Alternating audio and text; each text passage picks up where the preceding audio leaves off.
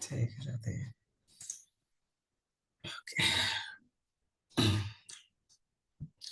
So all of you have done your happiness program, right? All of you have done your happiness program. Anybody who has not done the happiness program, please raise your hands. Am I clear and audible enough? Is it clear? Audible? Okay, great. Let's start with a small prayer.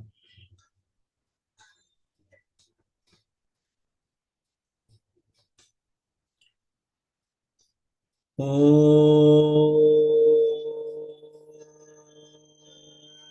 Namah Pranavarthaya Shuddha-jnani-kamurtaye Nirmalaya Prashantaya Dakshinamurtaye Namah Gurave Sarvalokanam Bhishaje Bhavarohinam Nidhaye Sarvavidyanam Dakshinamurtaye Namah.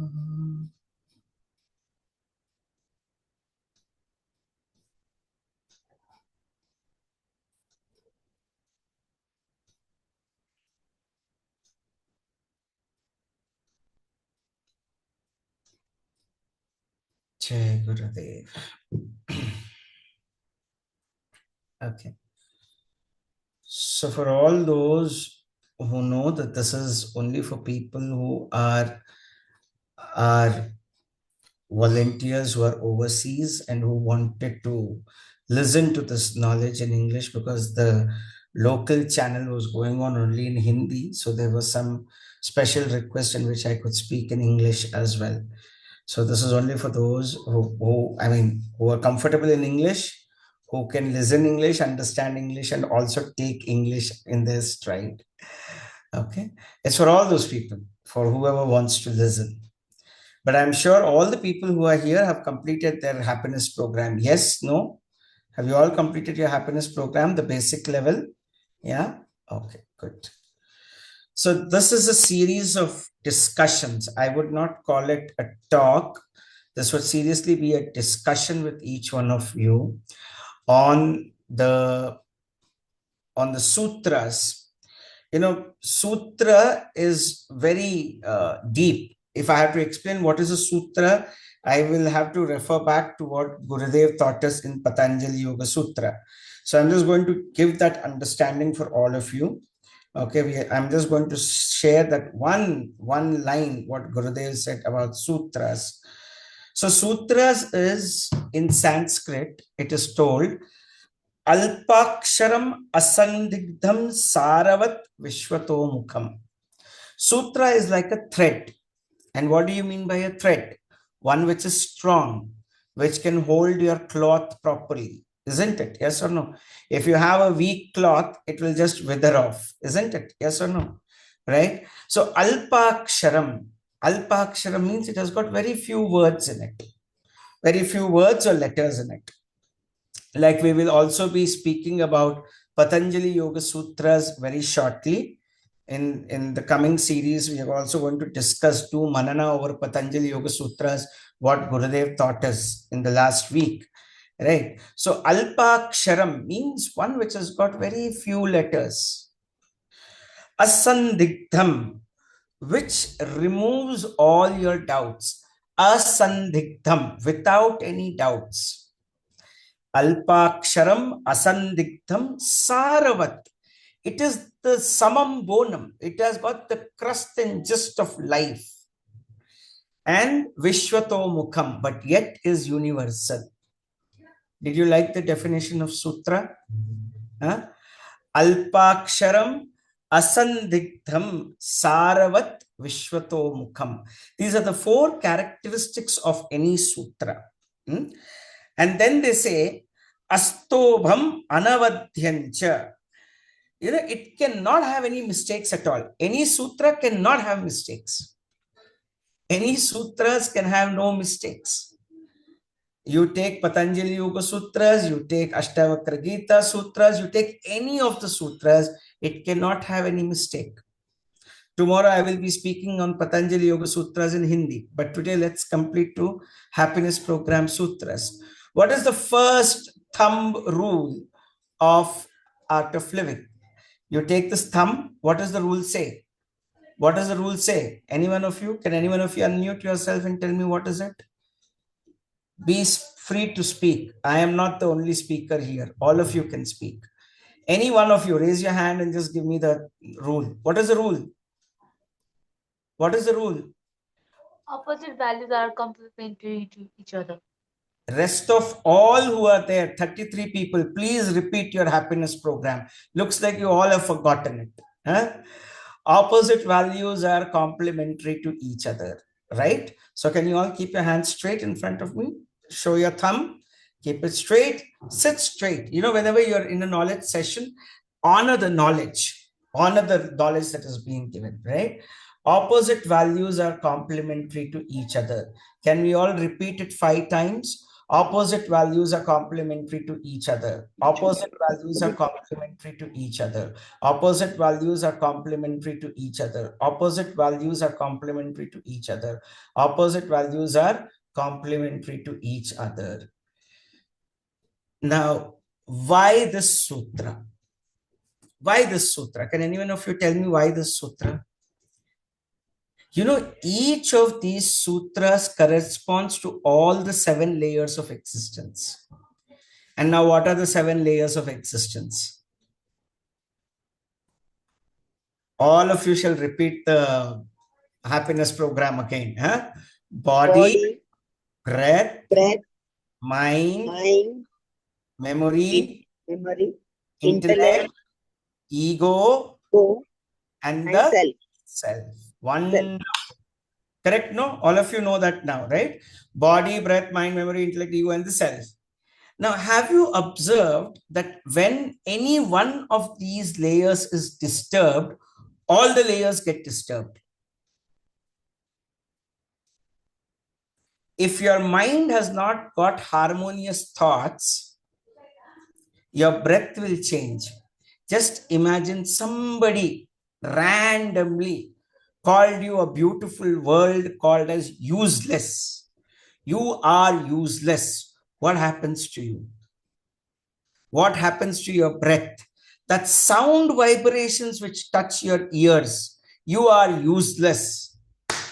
You get triggered like wild, isn't it? Yes or no? What is that at the end of the day? It is just a word. Yes or no? Is it not just a word? Right? That what is the challenge with us? We take it personally. Oh, he told me. Out of the 100 people he would have been speaking, he must have spoken to any one of them. Why you? Am I making sense?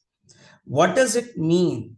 That if somebody insults us, our mind and emotions and intellect immediately respond to it. And thereby we lose our presence of mind. We lose our sanity of mind. We lose our serenity of mind. Happened or not?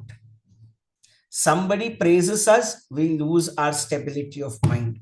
Somebody insults us, we literally shrink.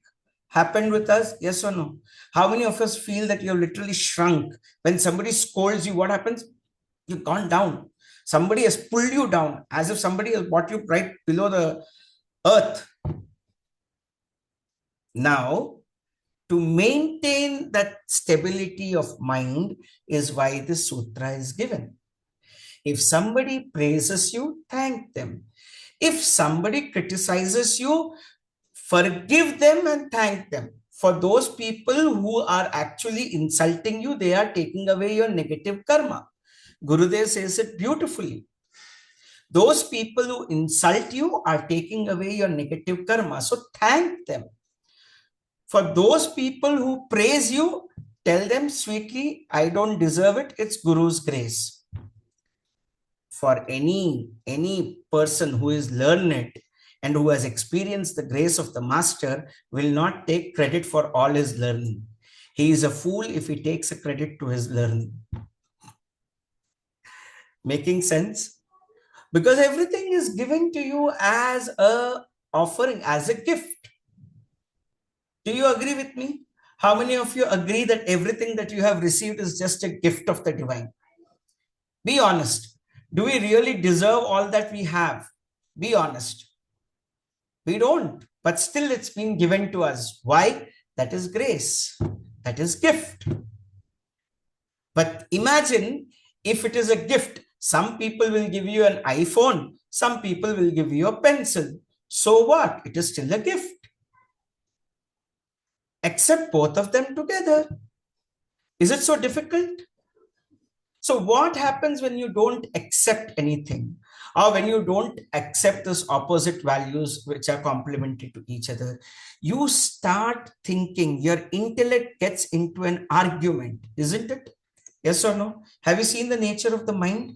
Why did he do this? Why did he insult me? Why did this happen? Why to see then? Why? Yuktiji, I will answer the karma question later, but let's first understand the sukta in detail, the sutra in detail. Okay. Now, what is happening to your mind when somebody praises you? The chat box is open. Please answer. What happens to your mind, to your ego, to your intellect, to your breath when somebody praises you? The chat box is open because nobody is speaking. Now I'll have to use the chat box. Happy, pleasure, light breath, expands. We feel superior, we feel good, we feel so much better, happy. Okay. Any better answers? Something which would, feed my ego, overwhelmed, expansion, sweet, and all goody goody. And then it will become all diabetic too, if it is too goody. I am the greatest. Pratham gets the feeling he's the greatest. Yukti says she is, but egoistic. Oh, yeah. He feels happy, positive. Why? Because somebody has praised you. I am the best. How I wish I could say that. Anyways, so what's happening to your mind? You are expanding. And now tell me what happens when somebody criticizes you. What happens when somebody insults you? What happens when somebody tells you wrong? Shrinking, anger, ego hurt. Those who have ego will get hurt by the ego. Those who have dissolved their ego, nothing will happen. Amit says, okay, too many things. Okay, just a second. Amit ji says low energy. Vakta says mood off, feel very sad, contraction, angry, disappointed, sad, hurt. We contract. Absolutely. How many of you have heard about Adi Shankaracharya? Anybody heard about Adi Shankaracharya? A very, very famous philosopher. Sunita ji, why are you telling me I hate you? Oh, that's what the answer is, it? Okay, fine. All right. Sometimes under the emotions which are there inside gets verbalized. It's okay. So Adi Shankaracharya said beautifully one day, he said, Sateyuhu vistaraha, which means to say, focus on that which expands within you. When somebody tells you something which is very nice, what happens to you? You feel, wow, isn't it? And when somebody says, I'm not feeling good, you get contracted immediately. What is that expands and what is that contracts is very important. Right? So let's do a small meditation now. Yeah. Let's see what happens. Every sutra needs to be experienced. Okay. Let's sit straight. Keep our eyes closed. Okay. Sit straight. Eyes closed.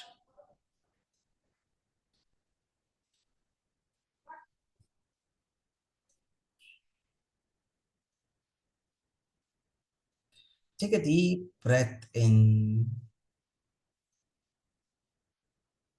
Breathe out. Take one more deep, long breath in. Breathe out.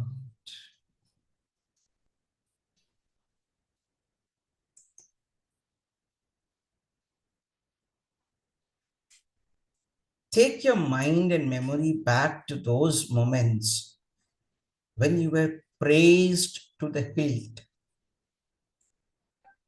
You were the center of attraction in the audience at that point of time. Everyone came and praised you.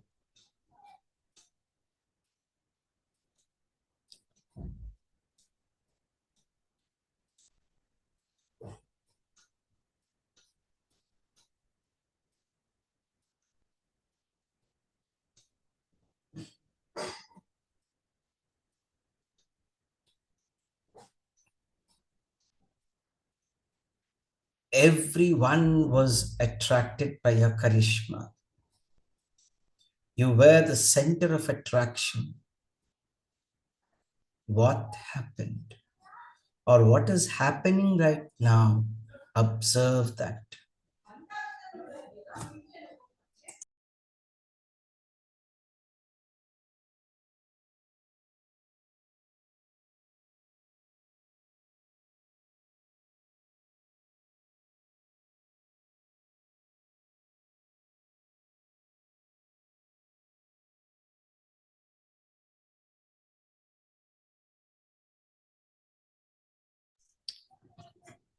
Observe the lightness and the expansion happening in your body.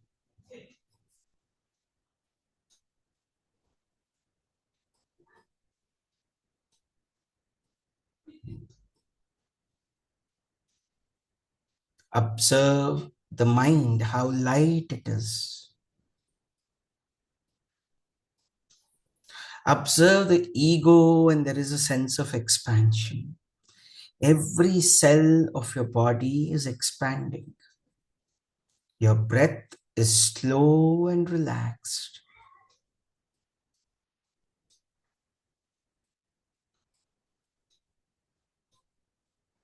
Your mind is at peace. All the good memories you have is expanding more and more.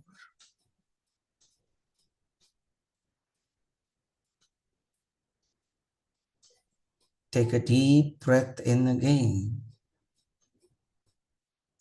Hold your breath and breathe out through your mouth.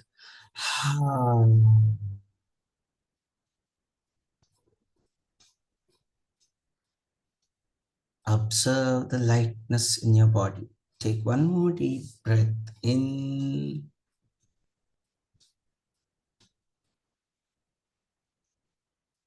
Hold your breath.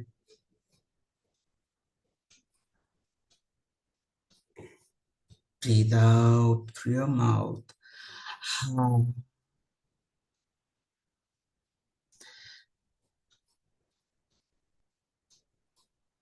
And now take your memory back to one incident where somebody insulted you, or you felt that you were insulted.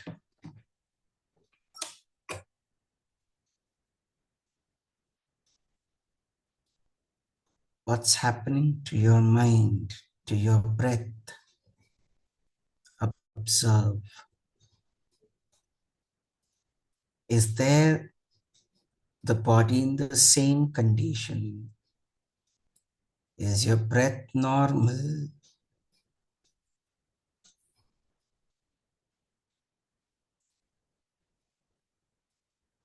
Is your mind at peace?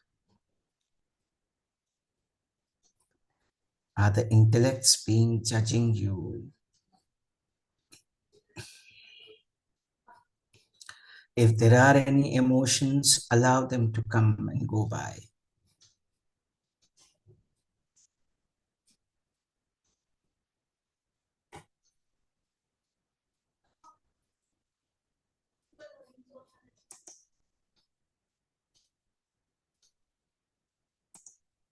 Go deeper and deeper.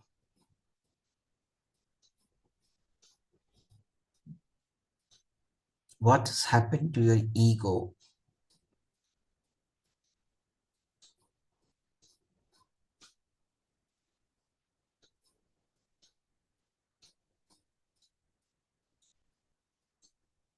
Observe at every level when you were praised and when you were insulted.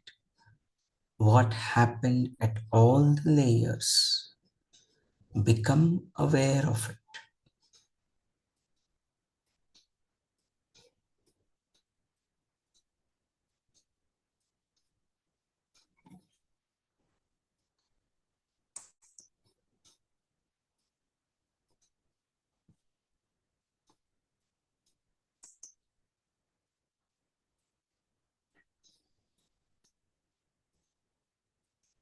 Take a deep breath in. Breathe out. Take one more deep breath in. Breathe out. And very slowly and gradually, at your own pace, you may open your eyes.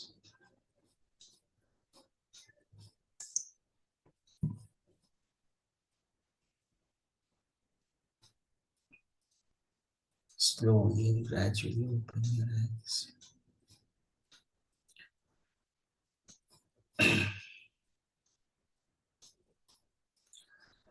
How many of us were able to see the contrast in our mind and in our emotions during these two events? What was the contrast? What did you feel?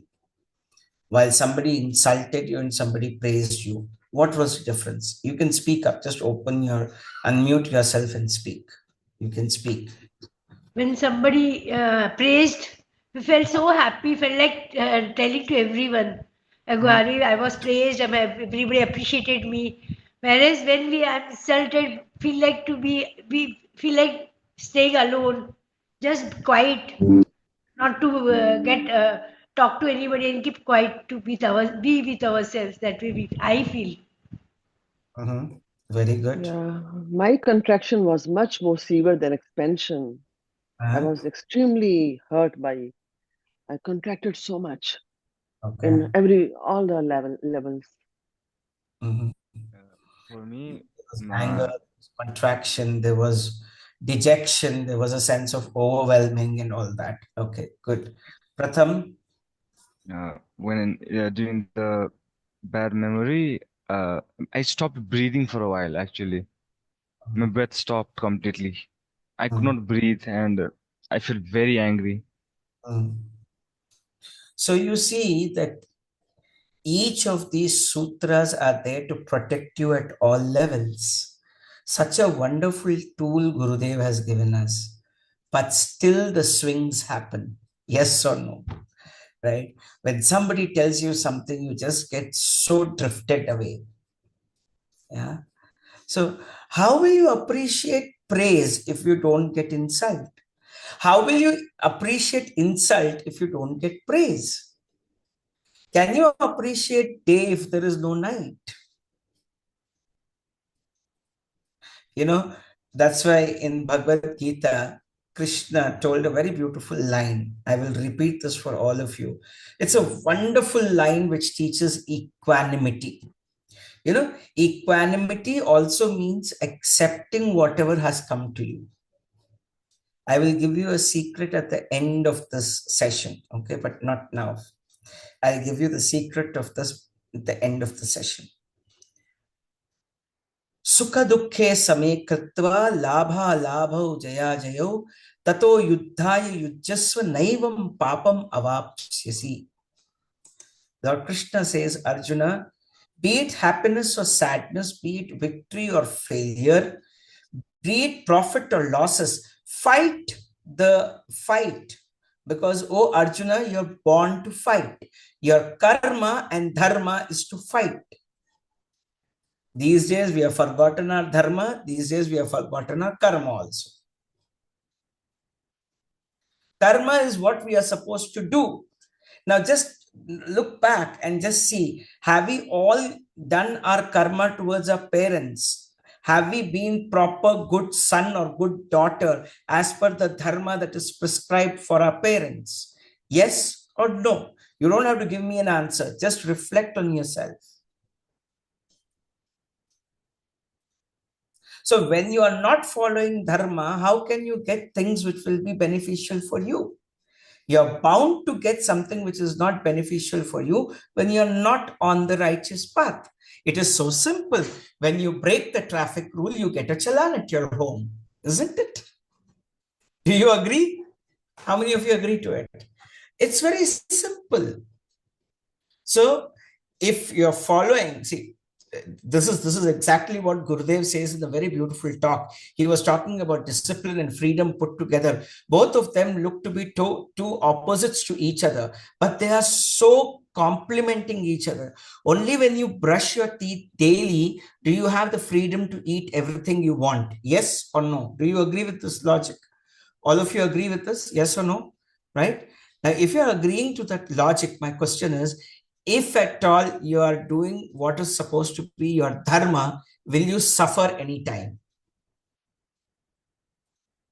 If you're following the rules given by the scriptures and follow everything that is laid down by your ancestors, do you think you will have to have any kind of a suffering? No. Right? That's why the religion is there. That's why our people have given us certain guidelines. The 10 commandments were given by Jesus because of that. The Bhagavad Gita was given to us to be followed. Now, how many of us have read the 10 commandments? How many of us have read the Bhagavad Gita? No idea. But we just go blindly behind it. That is where these 10 commandments give us the basis of dharma. And if we don't follow dharma, then we get into misery. And that is when misery comes, we all sulk. What is misery? Misery is nothing but you are going away from yourself. When you go away from yourself, you are doomed into sadness. And to bring you back into that happy state, these sutras are very important. If somebody insults you, thank them. If somebody, appreciates you, give the credit to the divine. Got it? But just imagine if you're going to live the life only with praises, how boring would it be? You go to a movie and you see only a hero being praised all 3 hours, you would be done and dusted with it. Isn't it? Yes or no? But if you have a hero, a villain, and some kind of goodness and some kind of badness in it, you will appreciate both of them. Isn't it? Yes or no? Do you agree with me? So opposite values, if they are coming in your life, thank God that He is giving you that variety in life. I mean, God could have been very, very simple and easy. He could have given you only bananas and He would have told, eat bananas and go bananas. Isn't it? Yes or no? Right? But He didn't do that. He is very kind and compassionate. And when you're listening to this knowledge, have some respect for the knowledge. It's very important that you honor the knowledge that is being given to you. Only when you honor the knowledge will the knowledge stay with you as a practice. That's what Lord Shri Krishna has told in Bhagavad Gita. Shraddhavan labhate jnanam tat paraha samyatendriyaha jnanam labdhva param shantim achirena digacchati. Only those people with shraddha, with faith, and those who honor this knowledge are eligible for this knowledge, O Arjuna. So if you're listening to any knowledge from any teacher from any corner of the world, sit straight, be with that pleasant countenance, have that smiling face that you are accepting this knowledge. Be grateful for every session that you sit in knowledge, because every knowledge session can remove so many knots of your karmas. You never know which knowledge session can clear your karma. Making sense? Yeah. So the first thing that when you listen to the sutras, even these 5 sutras that we are going to do, or the Patanjali Yoga Sutras that we are going to discuss from tomorrow onwards, my humble request to all of you, don't sit as if you're sitting in a movie hall. No, this forum itself deserves a proper respect. Shraddhavan labhate jnanam. Only those people who can sit with Shraddha, who can sit with faith, who can sit with devotion and gratitude are eligible for this knowledge. Just look, the moment when I said Shraddha and faith, how many of you immediately your awareness becomes so concentrated, isn't it? Yes or no? The mind which was all spread over just came to one place. How many of you felt it right now? That is faith. That is Shraddha. You immediately come back to the present and say, okay, now I am here. What has he got to offer? And if you sit with, oh, I know this all, then you will get nothing out of it. When you're sitting in the knowledge sessions, have that faith, have that confidence that this knowledge session will address my challenge. Because it is not a human being who speaks in the seat. It is the energy of the Guru that gives what is needed for the people who are listening to this. Yeah. So you might get heaps of praises, you might get heaps of insults, but accept it with gratitude. And the secret is, a devotee will not reject anything, be it praise or be it insult, be it victory or be it loss. A devotee will never reject anything. A devotee will take everything as a gift from the divine. And thereby, opposite values are complementary, will be implemented automatically. You will not keep the insults in your mind and hold on to it and allow the brain to be churning around it for no reason. Just imagine how much of talks that have already gone by is churning your brain. Are you a devotee? Because a devotee does not think about the past. A devotee just lives. Why did this person tell me this? Why did that person curse me? As if the curse really worked. If somebody calls you a donkey, do you really become a donkey? I don't think so.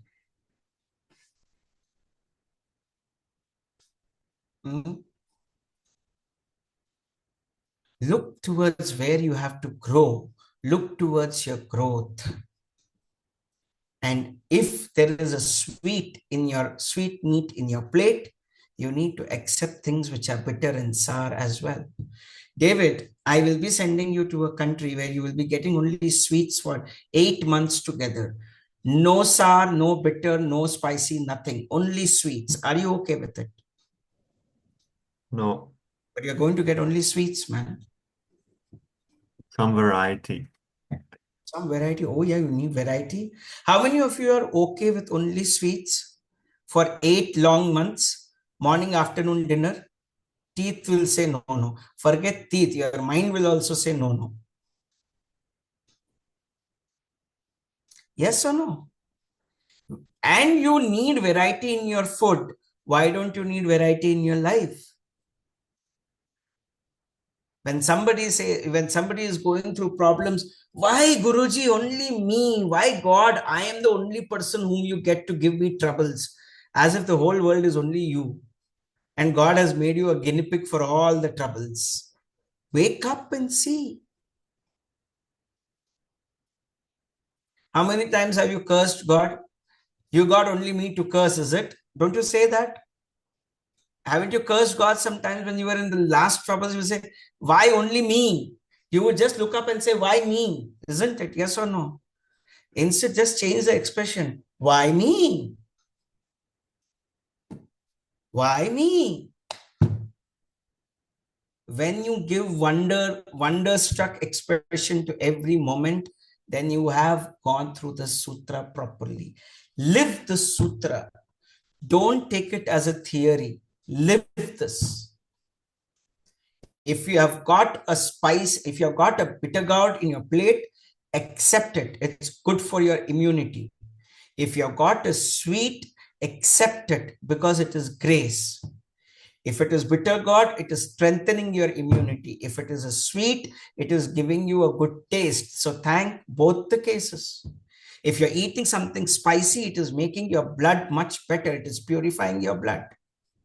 Similarly, you will have a lot of people and situation in your lives. So if there is a bitter gourd, there is a sweet too. If there is a day, there is a night. You will understand and value these sutras only when you listen to it with absolute faith. Otherwise, it's of no use.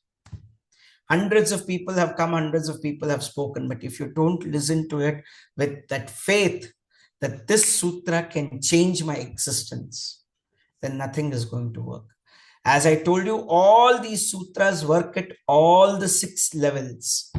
The 7th level is untouched by anything and everything. The 7th level is only a witness. Those people who have done the happiness program frequently will know what is the 7th level. Otherwise, I invite all of you to repeat the happiness program.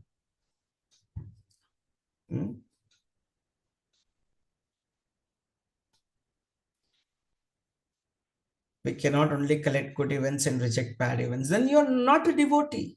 You cannot, a devotee can never go beyond. He will always accept whatever comes. He will never reject anything. Does this make sense to all of you? Yes or no? Today I have given you a very deep connection between all the sutras and 7 layers. Very rarely it has been told. Very rarely it has been discussed. All these 5 sutras affect all the 7 layers of the body. But this opposite values are complementary to each other, hits every level. You want only sweet things. There are some people who come into my sessions and say, Kaushik, I need only those things which are favorable for me. Why? Have you signed a special contract with the divine that you should be getting only special things? What qualification you have got yourself to be called a special to receive only favorable things? Mind you, that favorable is also only at that particular period of time. After that, it might be useless. For example, you might ask the divine that I need a smoke, I need a puff. You will get that adrenaline rush only when you smoke. But in the long run, it affects your lungs. All our desires are like we keep asking for one puff. God, one puff of wealth. God, one puff of this. God, one puff of that. Absolutely, you care. What you resist will persist. Absolutely. Wonderful point told. We all keep asking one puff of wealth, one puff of fame, one puff of name, one puff of good clothes, one puff of 3 BHK room, one puff of a bungalow in the posh area, one puff of a foreign visit. And all that thing you will do is when you go back after a foreign visit, you will get tired, land up being restless, and money drained, body drained, brain drained, and everything is drained. Yes or no? Do you agree with me? Whatever happiness that you ask for is all short-lived.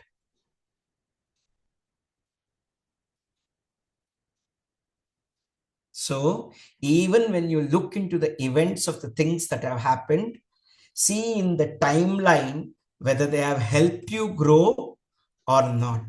That is the indicator, whether they are really opposite or not.